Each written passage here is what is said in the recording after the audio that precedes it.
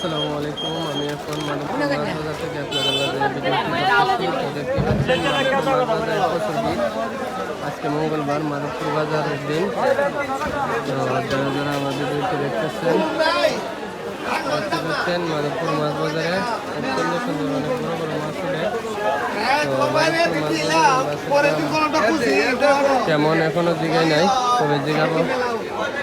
তো যারা যারা দেখতেছেন সাথে থাকবেন। মাধবপুর মাছ বাজার থেকে আপনাদের মাঝে আলি হলাম। যারা যারা ভিডিওটি দেখতেছেন সবাইকে দেখার সুযোগ করে দিবেন। এ ভাই, পাঙ্কাশ কত করে? দাম কই?